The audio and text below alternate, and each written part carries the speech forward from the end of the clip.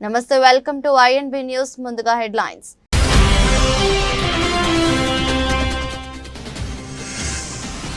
జమ్మూ కాశ్మీర్ పహల్గామ్ ఉగ్రదాడిని మరోసారి ఖండించిన అమెరికా. ఉగ్రవాదంపై పోరులో భారత్కు పూర్తి మద్దతు, పునరుద్ఘాటన.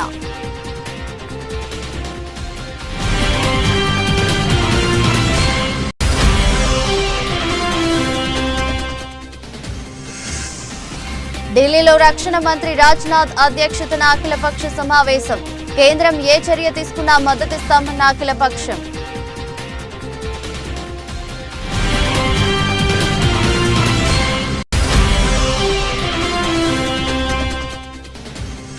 పోలీసింగ్ లో దేశంలోనే ప్రథమ స్థానం సంపాదించుకున్న తెలంగాణ పోలీసులు. డీజీపీ ఇంటెలిజెన్స్ డీజీలకు సీఎం రేవంత్ రెడ్డి అభినందనలు.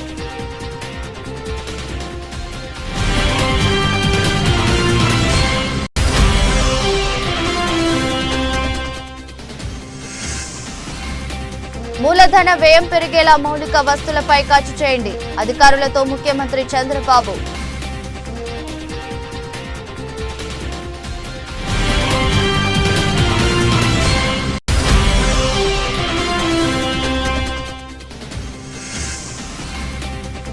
శాతవాహన వర్సిటీలో అగ్ని ప్రమాదం.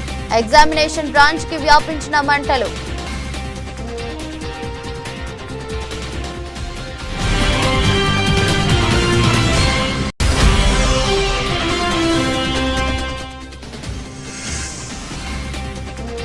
జగన్ 2.0లో కార్యకర్తలకే పెద్దపీట. ప్రజాప్రతినిధుల సమావేశంలో వైఎస్ జగన్మోహన్ రెడ్డి హామీ.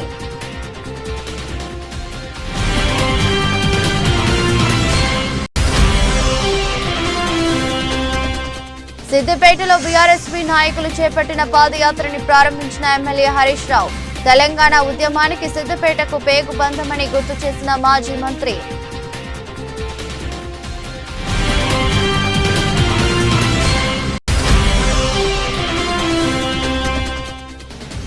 పహల్గామ్ నరమేధంపై ప్రతీకార చర్యలకు దిగిన ఇండియన్ ఆర్మీ. ఉగ్రదాడిలో హస్తం ఉందని భావిస్తున్న 2 టెర్రరిస్టుల ఇళ్లను ధ్వంసం.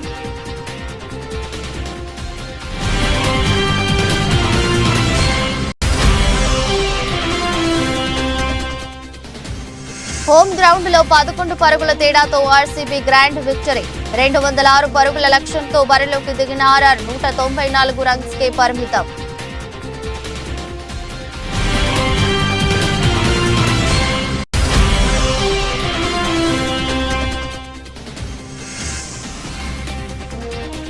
రాజా Saab crazy update loading. Fans full waiting.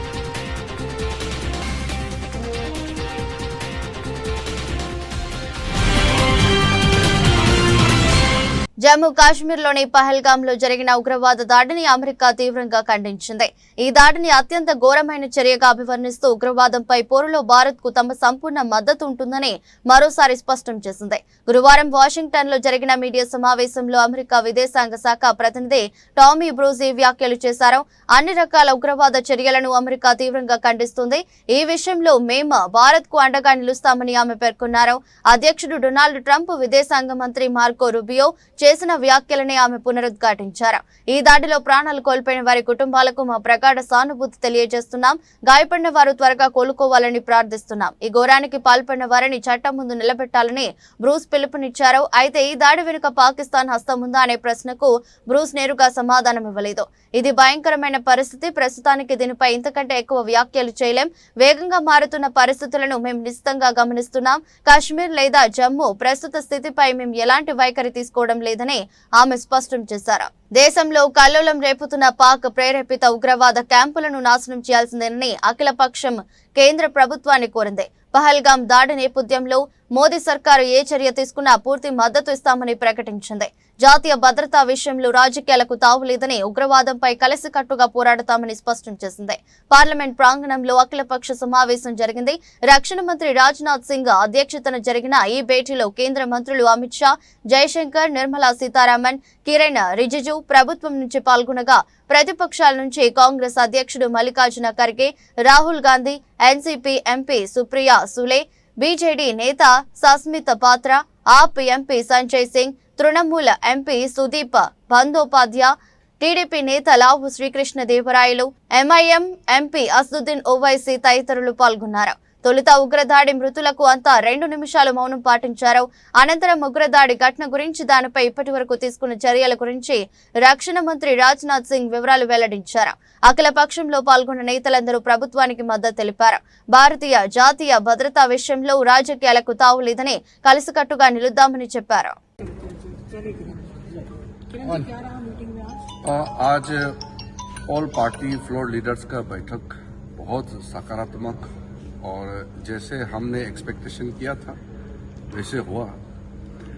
शुरुआत में सरकार की ओर से रक्षा मंत्री जी ने बताया कि जो घटना पहलगाम में जो हुआ है उसके बाद भारत सरकार ने सीसीएस बैठक में क्या कदम उठाया, क्या फैसला लिया, उसका भी जानकारी दिया। और फिर सरकार का आतंकवाद के खिलाफ जीरो टॉलरेंस पॉलिसी के बारे में शुरू में बताया कि एक घटना बहुत दुखद है, उसके वजह से जो देश भर में सब लोग चिंतित हैं, उसको लेते हुए भारत सरकार ने और भी कड़ी कार्रवाई करने का मंशा को भी आज जताया है। फिर पिछले कई सालों से कश्मीर के अंदर में शांति से लोग अपना व्यापार कर रहे थे, टूरिस्ट आ रहे थे, गतिविधियां चल रही थी और सब कुछ बहुत अच्छा हो रहा था। तो ये एक घटना ने माहौल जो खराब किया उसको लेकर के सबने अपना चिंता जताया है। सब पॉलिटिकल पार्टी ने अपने अपने विचार को रखा और एक चीज सामने में आया कि देश को एकजुट और एक आवाज में खड़ा रह करके बोलना चाहिए और आतंकवाद के खिलाफ में एकजुट होकर के भारत को लड़ाई लड़ना चाहिए, ये सबने माना है। आदरणीय प्रधानमंत्री जी का आज जो बिहार में देश को मैसेज दिया उसको सबने सुना है। तो उस प्रधानमंत्री जी का जो मंशा है ఆతంకవాద్ కే ఖిలాఫ్. పోలీసింగ్ లో తెలంగాణ పోలీసులు దేశంలోనే ప్రథమ స్థానం సంపాదించుకున్న నేపథ్యంలో ముఖ్యమంత్రి Revanth Reddy, DGP Jitender, intelligence DG Shivadhar రెడ్డిలకు అభినందనలు తెలిపారు. గురువారం పోలీసు ఉన్నతాధికారులు సీఎం రేవంత్ ను కమాండ్ కంట్రోల్ సెంటర్ లో కలిసి ఇండియా జస్టిస్ నివేదిక పూర్తి వివరాలను అందజేశారు. ఈ సందర్భంగా సీఎం మాట్లాడుతూ ఇది తెలంగాణ పోలీసుల సమిష్టి విజయమని, మరింత నిబద్ధతతో పనిచేయాలని సూచించారు. కార్యక్రమంలో ఉప ముఖ్యమంత్రి బట్టి విక్రమార్క, మంత్రి పొంగులేటి, సీఎస్ శాంతికుమార్ పాల్గొన్నారు.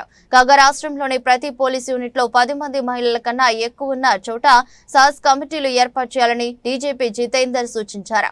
తెలంగాణ మహిళా భద్రతా విభాగం ఆధ్వర్యంలో ఈ కమిటీలు పనిచేయాలన్నారు. డీజీపీ కార్యాలయంలో సాహస్ కమిటీల 2 రోజుల సదస్సును గురువారం డీజీపీ ప్రారంభించి మాట్లాడారు. మహిళా సిబ్బంది నుంచి వచ్చిన ఫిర్యాదులను ఎప్పటికప్పుడు స్వీకరించి న్యాయబద్ధంగా, వేగంగా పరిష్కరించాలని సూచించారు. పీపీపీ విధానంలో రాష్ట్రంలో అభివృద్ధి ప్రాజెక్టులను పెద్ద ఎత్తున చేపట్టేలా చూడాలని ముఖ్యమంత్రి చంద్రబాబు అధికారులకు ఆదేశించారు. స్వర్ణాంధ్ర 2047 లక్ష్యాలు సాధించాలన్నా, రాష్ట్రానికి పెట్టుబడులు భారీగా రావాలన్నా పీపీపీ విధానమే ఉత్తమ మార్గమని చెప్పారు. గతంలో తన పాలనా కాలంలో సంస్కరణలు అమలు చేశామని, అందులో భాగంగా పీపీపీ విధానాన్ని వినియోగించి మంచి ఫలితాలు రాబట్టామని ముఖ్యమంత్రి గుర్తు చేశారు. సచివాలయంలో పీపీపీ విధానాన్ని విస్తృతం చేసే అంశాన్ని అధికారులతో ముఖ్యమంత్రి సమీక్షించారు. జిల్లా ఒక యూనిట్ గా జాతీయ రహదారులను అనుసంధానిస్తూ రహదారుల నిర్మాణం, పోర్టులు, వైద్య రంగం, పర్యాటకం, మౌలిక సదుపాయాల కల్పనలో పీపీపీ విధానానికి ప్రాధాన్యత ఇవ్వాలని చెప్పారు. రాష్ట్ర ప్రభుత్వం చేస్తున్న మొత్తం వ్యయంలో మూలధన వ్యయం వాటా మరింత పెంచేందుకు పీపీపీ విధానం దోహదం చేస్తుందని అన్నారు. రాష్ట్రం నిర్దేశించుకున్న అభివృద్ధి లక్ష్యాలకు పీపీపీ మద్దతుగా నిలుస్తుందన్నారు. భారత ప్రభుత్వం India infrastructure project development fund ద్వారా రాష్ట్రాలను పీపీపీ ప్రణాళికలు రూపొందించుకునేందుకు ప్రోత్సహిస్తుందని తెలిపారు. పీపీపీ అమలులో భూ కేటాయింపులు, అనుమతుల్లో ఆలస్యం, వివాదాలు పరిష్కరించకపోవడం వంటి సవాళ్లను అధిగమించేలా అధికారులు చర్యలు తీసుకోవాలని, పీపీపీ ఒప్పందాలను గత ప్రభుత్వం గౌరవించకపోవటం, ప్రైవేటు భాగస్వాములను అభివృద్ధికారులుగా చూడకపోవటం వల్ల రాష్ట్రానికి తీరని నష్టం కలిగిందన్నారు. శాతవాహన యూనివర్సిటీ పరిధిలో గురువారం మధ్యాహ్నం నుంచి మంటలు ఎగిసిపడుతున్న విషయం తెలిసిందే. అయితే సాయంత్రం వరకు ఫైర్ సిబ్బంది ఆ మంటలను అదుపులోకి తీసుకురావడానికి ప్రయత్నం చేశారు. సాయంత్రం సమయంలో మంటలు ఆరిపోయినట్లు నిర్ధారించుకుని అక్కడి నుంచి వెళ్లిపోయారు. కానీ రాత్రి ఆ మంటలు చల్లారకుండా ఎగ్జామినేషన్ బ్రాంచ్ వరకు వ్యాపించాయి. ఈ క్రమంలో అధికారులు స్టోర్ చేసి పెట్టిన ఎగ్జామినేషన్ బ్రాంచ్ కి సంబంధించిన ఆన్సర్ పేపర్లు, ఆ రూమ్ లోని పరికరాలు, స్విచ్ బోర్డులు, ఏసీలు దాదాపు కాలిపోయాయి. శుక్రవారం ఉదయం వాకింగ్ వచ్చిన స్థానికులు మంటలను గుర్తించి అధికారులకు సమాచారం ఇచ్చారు. దీంతో అగ్నిమాపక సిబ్బంది సమాచారం అందించారు. ఘటనా స్థలానికి చేరుకున్న ఫైర్ సిబ్బంది మంటలను అదుపులోకి తీసుకొచ్చారు. కానీ అప్పటికే ఎగ్జామినేషన్ బ్రాంచ్ లో ఉన్న పలు పేపర్లు దగ్ధమయ్యాయి. అయితే ఈ విషయమై అధికారులను వివరణ కోరగా అవి 5 సంవత్సరాల క్రితం ఆన్సర్ పేపర్లని చెప్పారు. వాటిని స్క్రాప్ కి పంపించామని 2-3 రోజుల్లో తొలగిస్తామన్నారు. అవి కాలిన నష్టం లేదని సమాధానం ఇచ్చారు.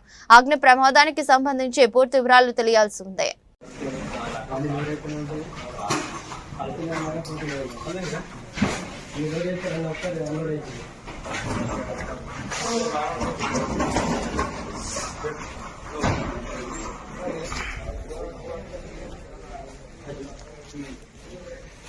వైఎస్ఆర్ కాంగ్రెస్ పార్టీ కార్యకర్తలకు అండగా ఉంటానని పార్టీ అధినేత వైఎస్ జగన్మోహన్ రెడ్డి హామీ ఇచ్చారు.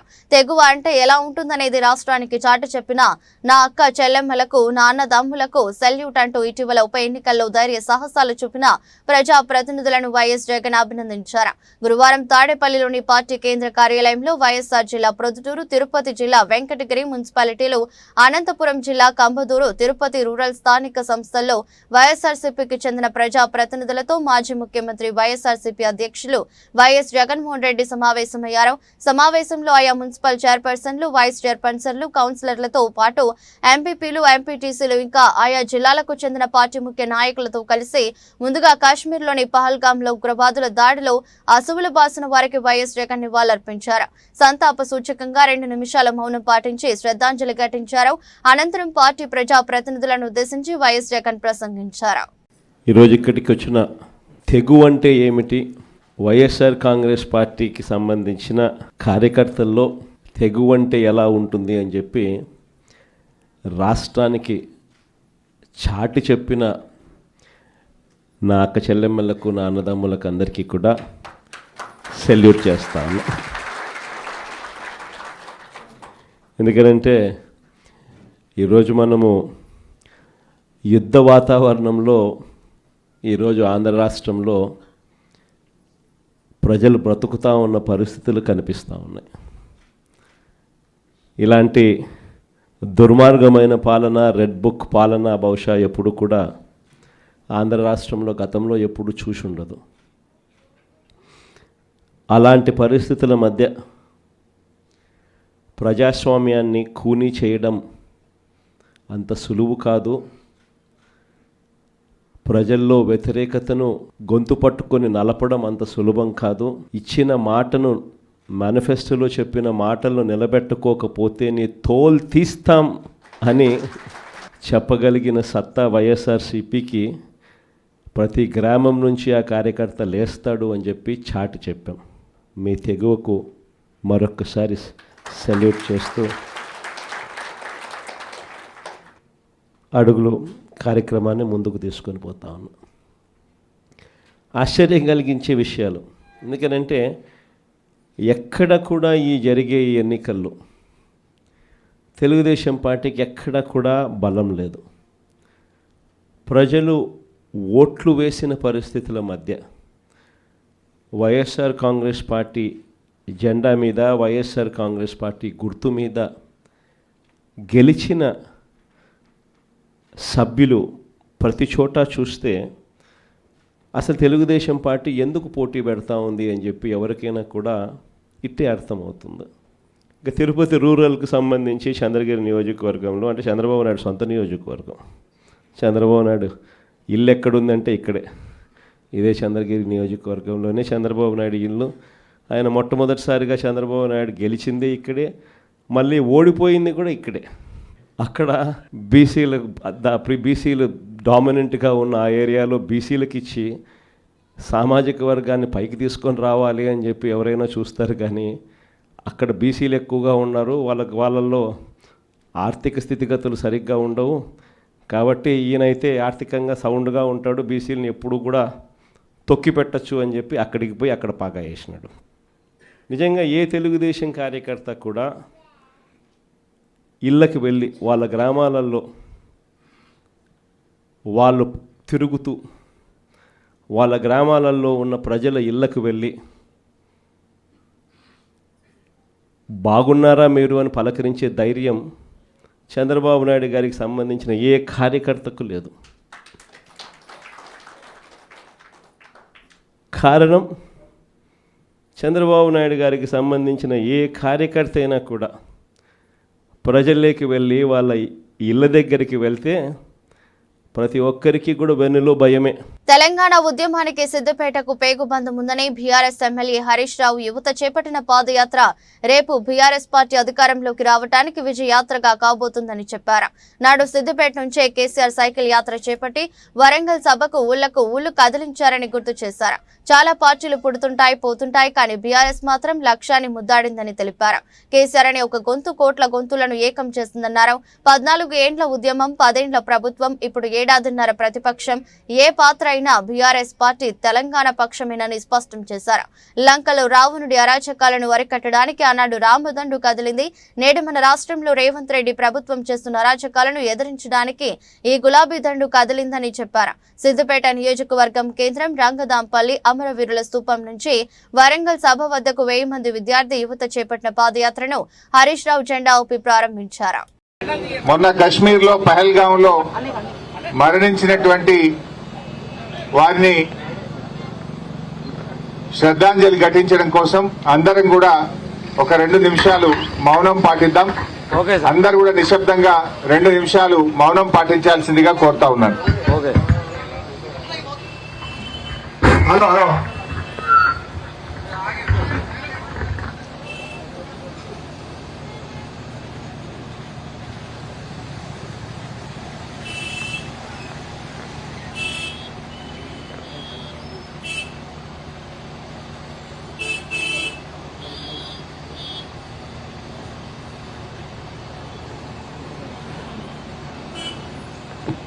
మన సిద్దిపేట నుంచి పాదయాత్రలో బయలుదేరుతున్నటువంటి మా విద్యార్థి యువ మిత్రులకు, ఉద్యమకారులకు, బీఆర్ఎస్ పార్టీ కార్యకర్తలందరికీ ముందుగా శిరస్సు వంచి నమస్కారం తెలియజేస్తా ఉన్నా.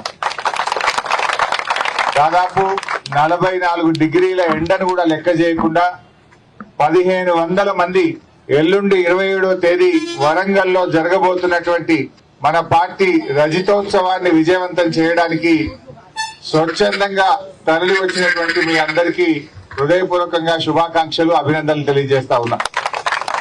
మిత్రులారా, తెలంగాణ ఉద్యమానికి సిద్దిపేటకు అవినాభావ సంబంధం ఉన్నది. గులాబీ జెండా పుట్టిందే సిద్దిపేట నుంచి. ఆనాటి కేసీఆర్ ఆమరణ నిరాహార దీక్షకైనా 2001లో బీఆర్ఎస్ పార్టీ ప్రారంభమైన మరి సిద్దిపేటకు తెలంగాణ ఉద్యమానికి పేగుబంధం ఉంది, అవినాభావ సంబంధం ఉంది. మళ్ళీ ఈరోజు మీరు ప్రారంభించేటువంటి పాదయాత్ర రేపటి మన బీఆర్ఎస్ పార్టీ మళ్ళీ అధికారంలో రావడానికి విజయయాత్ర కాబోతా ఉంది. ఈ సిల్వర్ జూబ్లీకి మన పాదయాత్ర జైత్రయాత్ర కాబోతా ఉంది.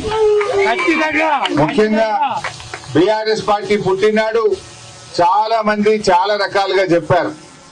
ఆ రోజు ఏమన్నారంటే బీఆర్ఎస్ పార్టీ పుట్టినాడు ఇది గాలి బుడుగ లాంటిదని, ఇది పాల పొంగు లాంటిదని, ఇది అమాస కుట్టింది పుణ్యానికి పోతుందని కొంతమంది మాట్లాడినరు. మాట్లాడిన వాళ్ళే ఆగమైనరు, మాట్లాడిన పార్టీలు ఆగమైనవి తప్ప బీఆర్ఎస్ పార్టీ ఆగం కాలేదు అని చెప్పి మనం చేస్తా ఉన్నాం. మనమంతా జన్మతః సాధారణ వ్యక్తులమే అని, మనం ఆచరించే విధానాలు సానుకూల దృక్పథమే ఉన్నత స్థానాలకు చేరుస్తుందని ముఖ్యమంత్రి చంద్రబాబు తెలిపారు. నా జీవితంలో ఏ రాజకీయ నాయకుడు చూడనన్ని సంక్షోభాలు చూశానని, ప్రతి సంక్షోభాన్ని అవకాశంగా మార్చుకున్నాను కాబట్టే ఈ స్థాయికి చేరుకున్నానని పేర్కొన్నారు. పురపాలక శాఖ మంత్రి పి నారాయణ కుమార్తె, మాజీ మంత్రి భీమిలి ఎమ్మెల్యే గంటా శ్రీనివాసరావు కోడలు పొంగూరు సరణి రచించిన మైండ్ సెట్ షిఫ్ట్ పుస్తకాన్ని విజయవాడలో సీఎం ఆవిష్కరించారు. తొలి ప్రతిని ప్రముఖ సినీ నటుడు చిరంజీవికి అందజేశారు. రొటీన్ గా జరిగే పుస్తకావిష్కరణ కార్యక్రమానికి భిన్నంగా దీన్ని నిర్వహించారు. పుస్తకావిష్కరణ ముగిశాక రచయిత సరణి చంద్రబాబు జీవితంతో ముఖాముఖి కార్యక్రమం నిర్వహించారు. శరణిపై సీఎం ప్రశంసల జల్లు కురిపించారు. ఇప్పటి వరకు వ్యక్తిత్వ వికాసం, ఆలోచన విధానాల్ని మార్చుకోవడానికి ది సీక్రెట్ పుస్తకాన్ని చదవమని చెప్పేవాడినని, ఇకపై శరణి రాసిన పుస్తకాన్ని చదవమని చెప్పాల్సి వస్తుందన్నారు. ఇప్పుడు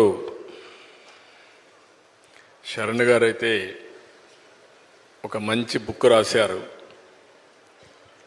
నిన్నటి వరకు మేమందరం ఒక రెఫరెన్స్ ఇచ్చేవాళ్ళం సీక్రెట్ బుక్ చదవమని. ఇప్పుడు మైండ్ సెట్ షిఫ్ట్ చదవమని చెప్పి రికమెండ్ చేయాల్సి వస్తుంది. ఇది ఫస్ట్ బుక్. ఇలాంటి పుస్తకాలు ఇంకా చాలా రాయాలి. ఇక్కడ నేను మీ అందరికీ విజ్ఞప్తి చేసేది ఏంటి, ఉండేవాళ్ళకే కాకుండా రాష్ట్రంలో కానీ దేశంలో ఉండే ప్రజలందరికీ విజ్ఞప్తి చేసేది, మనుషులకి ఎక్స్ట్రాడినరీ పవర్స్ ఉన్నాయి. అందరం కూడా పుట్టినప్పుడు చిన్నగానే పుడతాం, మామూలు కుటుంబాలలో పుడతాం. కానీ మనం చేసే ప్రాక్టీస్ కానీ, మనం బిల్డప్ చేసుకునే పాజిటివ్ మైండ్ సెట్ కానీ వాళ్ళందరినీ ఉన్నతమైన స్థానాల్లోకి రీచ్ చేసే పరిస్థితికి వస్తుంది. ఇప్పుడు దానికి ఎగ్జాంపుల్ సక్సెస్ అయిన ఏ వ్యక్తిని చూసినా సేమ్ ఎగ్జాంపుల్సే ఉంటాయి. కానీ ఇక్కడ ఇంతవరకు మన అందరం కూడా సీక్రెట్ బుక్లు ఇవన్నీ కూడా చెప్పి రెఫర్ చేశాం.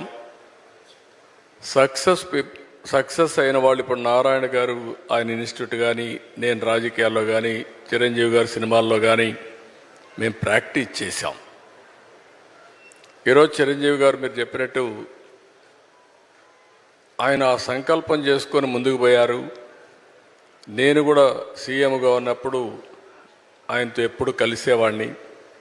కలిసినప్పుడు ఆయనలో ఒక ఆలోచన, అప్పట్లోనే నేను సమైక్య ఆంధ్రప్రదేశ్ సీఎంగా ఉన్నప్పుడు నేను బ్లడ్ బ్యాంక్ పెడతాను, మీరు నాకు కొంత స్థలం. పహల్గాం నరమేధంపై ఇండియన్ ఆర్మీ ప్రతీకార చర్యలకు దిగింది. ఉగ్ర దాడిలో హస్తముందని భావిస్తున్న 2 టెర్రరిస్టుల ఇళ్లను ధ్వంసం చేసింది. పహల్గాంలో నరమేధం సృష్టించి 26 మందిని బలిగొన్న లష్కరే తోయిబా ఉగ్రవాదులు ఆదిల్ హుసేన్ దోకర్, ఆసిఫ్ షేక్ ఇళ్లను సైన్యం ఐఈడీతో పేల్చేసినట్లు ఆర్మీ వర్గాలు పేర్కొంటున్నాయి. పహల్గాం మారణ హోమంలో జమ్మూ కాశ్మీర్లోని అనంతనాగ్ జిల్లాకు చెందిన దోకర్ కీలక నిందితులలో ఒకరు కాగా, ఆసిఫ్ షేక్ ఈ దాడి కుట్రలో పాల్గొన్నట్లు అధికారులు అనుమానిస్తున్నారు. మరోవైపు ఈ దాడికి పాల్పడ్డ ఉగ్రవాదుల సమాచారం తెలియజేసిన వారికి 20 లక్షలు బహుమతిగా ఇస్తామని జమ్మూ కాశ్మీర్ అనంతనాగ్ పోలీసులు గురువారం ప్రకటించారు. ఈ మేరకు అనుమానితులుగా భావిస్తున్న 3 వ్యక్తుల స్కెచ్లతో కూడిన పోస్టర్లను విడుదల చేశారు. లష్కరే తాయిబాకి చెందిన ఈ ముగ్గురిలో ఆదిల్ హుసేన్ దోకర్ అనంతనాగ్ వాసిగా కాగా, ఆలీభాయ్, అకతల్హాబాయ్, షాహిమ్ ముసాలా, ఆకా సులైమాన్లు పాకిస్తానీలు. ఈ ఏడాది ఐపీఎల్లో రాయల్ ఛాలెంజర్స్ బెంగళూరు ఎటకేలకు హోమ్ గ్రౌండ్ లో గెలుపు బోని కొట్టింది. నేను రాజస్థాన్ రాయల్స్ తో జరిగిన మ్యాచ్ లో ఆర్సీబీ 11 పరుగుల తేడాతో గెలిచింది. 206 పరుగుల లక్ష్యంతో బరిలోకి దిగిన ఆర్ఆర్ ను 194 పరుగులకే కట్టడి చేసింది. రాజస్థాన్ బ్యాటర్లలో యశస్వి జైస్వాల్ 49, ధ్రువ్ జురేల్ 47, నితీష్ రాణా 28, రియాన్ పరాగ్ 22 పరుగులతో పర్వాలేదనిపించారు. బెంగళూరు బౌలర్లలో హజిల్వుడ్ 4 వికెట్లు పడగొట్టగా, కృణాల్ పాండ్యా 2, భువనేశ్వర్, యష్ దయాల్ చెరో వికెట్ తీశారు. అంతకుముందు టాస్ ఓడి బ్యాటింగ్ కు దిగిన ఆర్సీబీ నిర్ణీత 20 ఓవర్లలో 5 వికెట్లు కోల్పోయి 205 పరుగుల భారీ స్కోర్ చేసింది. విరాట్ కోహ్లీ, దేవదత్ పడిక్కల్ హాఫ్ సెంచరీలతో రాణించారు. ఓపెనర్ ఫిల్ సాల్ట్ 26 రన్స్ చేయగా, చివరిలో టీం డేవిడ్, జితేష్ శర్మ బౌండరీలతో మెరిపించారు. ఆర్ఆర్ బౌలర్లలో సందీప్ శర్మ 2 వికెట్లు తీశారు. అనంతరం 206 పరుగుల భారీ లక్ష్య ఛేదనతో బరిలోకి దిగిన రాజస్థాన్ కు ఓపెనర్లు జైస్వాల్, సూర్యవంశీ శుభారంభం అందించారు. ఈ ద్వయం తొలి వికెట్ కు 52 పరుగుల భాగస్వామ్యం అందించింది. ఆ తర్వాత వరుస విరామాల్లో వికెట్లు పారేసుకోవడంతో ఏ దశలోనూ ఆర్ఆర్ లక్ష్యం దిశగా సాగలేదు. అదే సమయంలో మరోసారి డెత్ ఓవర్లలో బోల్తా పడే బలహీనతను ఈ మ్యాచ్ లో రాజస్థాన్ దాటలేక చతికిల పడింది. చివరి 12 బంతుల్లో 18 పరుగులు చేయాల్సిండగా 11 రన్స్ తేడాతో పరాజయం పాలైంది. కాగా సొంత మైదానంలో తొలి 3 మ్యాచ్లలో ఓడిన ఆర్సీబీ ఈ మ్యాచ్ లో మాత్రమే సూపర్ విక్టరీ సాధించింది. కల్కి చిత్రం తర్వాత ప్రభాస్ నుండి మరే చిత్రం రాలేదు. ఇప్పుడు ఫ్యాన్స్ అంతా కూడా డార్లింగ్ నటిస్తున్న రాజాసాబ్ చిత్రం కోసం ఆసక్తిగా ఎదురు చూస్తున్నారు. ఈ సినిమా చాన్నాళ్లుగా షూటింగ్ జరుపుకుంటుంది. అదిగో వస్తుంది, ఇదిగో వస్తుందని ఊరిస్తున్నారే తప్ప మూవీకి సంబంధించి అప్డేట్ కూడా ఇవ్వడం లేదు. అయితే ప్రభాస్ అభిమానుల సహనానికి పరీక్ష పెడుతూ వచ్చిన మేకర్స్ ఎట్టకేలకి ప్రమోషన్స్ పరంగా ఒక అడుగు ముందుకేసినట్టు తెలుస్తోంది. ఇప్పుడు టీజర్ రెడీ చేసే పనుల్లో బిజీగా ఉన్నారట. తమన్ రీ రికార్డింగ్ మొదలు పెట్టేశారు. మే నెల మధ్యలో టీజర్ లాంచ్ ఉంటుందని తెలుస్తుంది. అయితే టీజర్ తో పాటు రిలీజ్ డేట్ కూడా అనౌన్స్ చేస్తారా లేదా అనేది సందేహంగా మారింది. ప్రస్తుతానికి డేట్ లేకుండా వీడియో సిద్ధం చేస్తున్నారని, ప్రభాస్ త్వరగా తన బ్యాలెన్స్ షూటింగ్ కంప్లీట్ చేస్తే రిలీజ్ డేట్ అనౌన్స్ చేసే అవకాశం ఉంది. లేదంటూ కమింగ్ సూన్ అనే వేస్తారు. ప్రభాస్ తిరిగి వచ్చి బ్యాలెన్స్ షూట్ కు సంబంధించిన కాల్ షీట్ల క్లారిటీ ఇస్తే అందులో పొందుపరుస్తారని, లేదంటే కమింగ్ సూన్ తప్ప ఇంకేముండదని అంటున్నారు. ముందుగా ఏప్రిల్ 10న రిలీజ్ చేస్తామని ప్రకటించారు. కానీ అన్ని అనుకున్నట్లు జరగకపోవడంతో సినిమాని వాయిదా వేశారు. అయితే త్వరలో విడుదల కానున్న టీజర్లు అదిరిపోయే content, visuals, vintage Prabhas looks అన్ని చూపించి ఫ్యాన్స్ కి మంచి ట్రీట్ ఇవ్వబోతున్నాడట మారుతి. అయితే 2025 ప్రధానమైన డేట్లన్నీ ఒక్కొక్కరుగా బ్లాక్ చేసుకుంటూ పోతుండగా రాజాసాబ్ ఏ డేట్ లాక్ చేస్తాడా అని మిగతా నిర్మాతలు కూడా అయోమయంలో ఉన్నారు. రాజాసాబ్ కి పోటీగా దిగితే చిన్న సినిమాలు నష్టపోతాయి. అందుకే ఈ మూవీ రిలీజ్ డేట్ త్వరగా అనౌన్స్ చేస్తే మిగతా నిర్మాతలు వారి సినిమాలని కూడా హ్యాపీగా అనౌన్స్ చేసుకునే అవకాశం ఉంది. మే వరకు వేచి చూస్తే ఏదో ఒక క్లారిటీ అయితే వస్తుంది. రాజాసాబ్ లో మాలవిక మోహనన్, నిధి అగర్వాల్ హీరోయిన్లుగా నటించారు. సంజయ్ దత్ ప్రధాన పాత్ర పోషించారు. వార్తలు ముగించే ముందు మరోసారి హెడ్లైన్స్.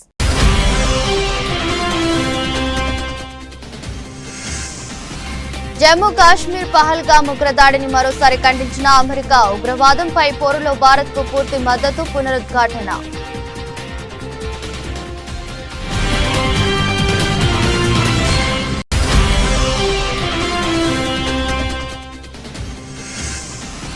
ఢిల్లీలో రక్షణ మంత్రి రాజ్నాథ్ అధ్యక్షతన అఖిలపక్ష సమావేశం. కేంద్రం ఏ చర్య తీసుకున్నా మద్దతిస్తామన్న అఖిలపక్షం.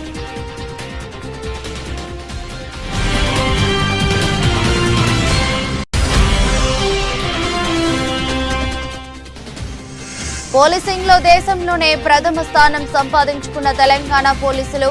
డీజీపీ, ఇంటెలిజెన్స్ డీజీలకు సీఎం రేవంత్ రెడ్డి అభినందనలు.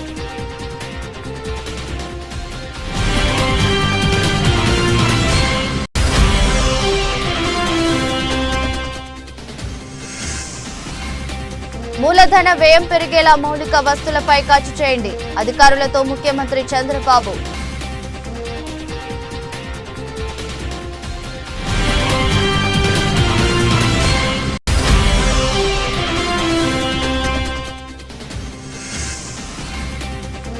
శాతవాహన వర్సిటీలో అగ్ని ప్రమాదం. ఎగ్జామినేషన్ బ్రాంచ్ కి వ్యాపించిన మంటలు.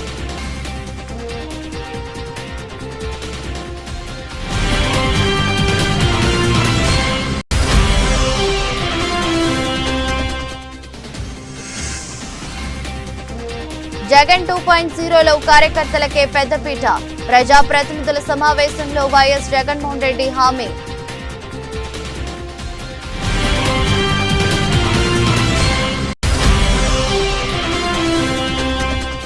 సిద్దిపేటలో బీఆర్ఎస్పీ నాయకులు చేపట్టిన పాదయాత్రని ప్రారంభించిన ఎమ్మెల్యే హరీష్ రావు. తెలంగాణ ఉద్యమానికి సిద్దిపేటకు పేగు బంధమని గుర్తు చేసిన మాజీ మంత్రి.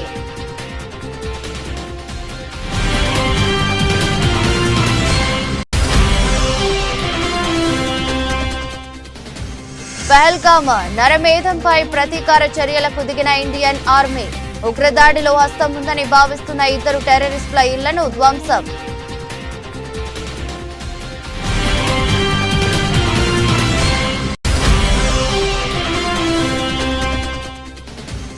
హోమ్ గ్రౌండ్ లో 11 పరుగుల తేడాతో ఆర్సీబీ గ్రాండ్ విక్టరీ. 206 పరుగుల లక్ష్యంతో బరిలోకి దిగిన ఆర్ఆర్ 194 రన్స్ కే పరిమితం.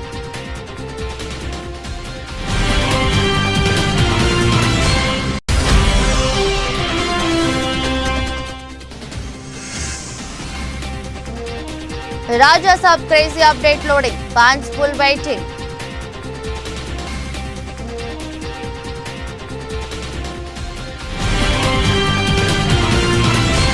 ఇది బులెటిన్. మరో బులెటిన్లో మళ్ళీ కలుద్దాం. అంతవరకు సెలవు. నమస్కారం.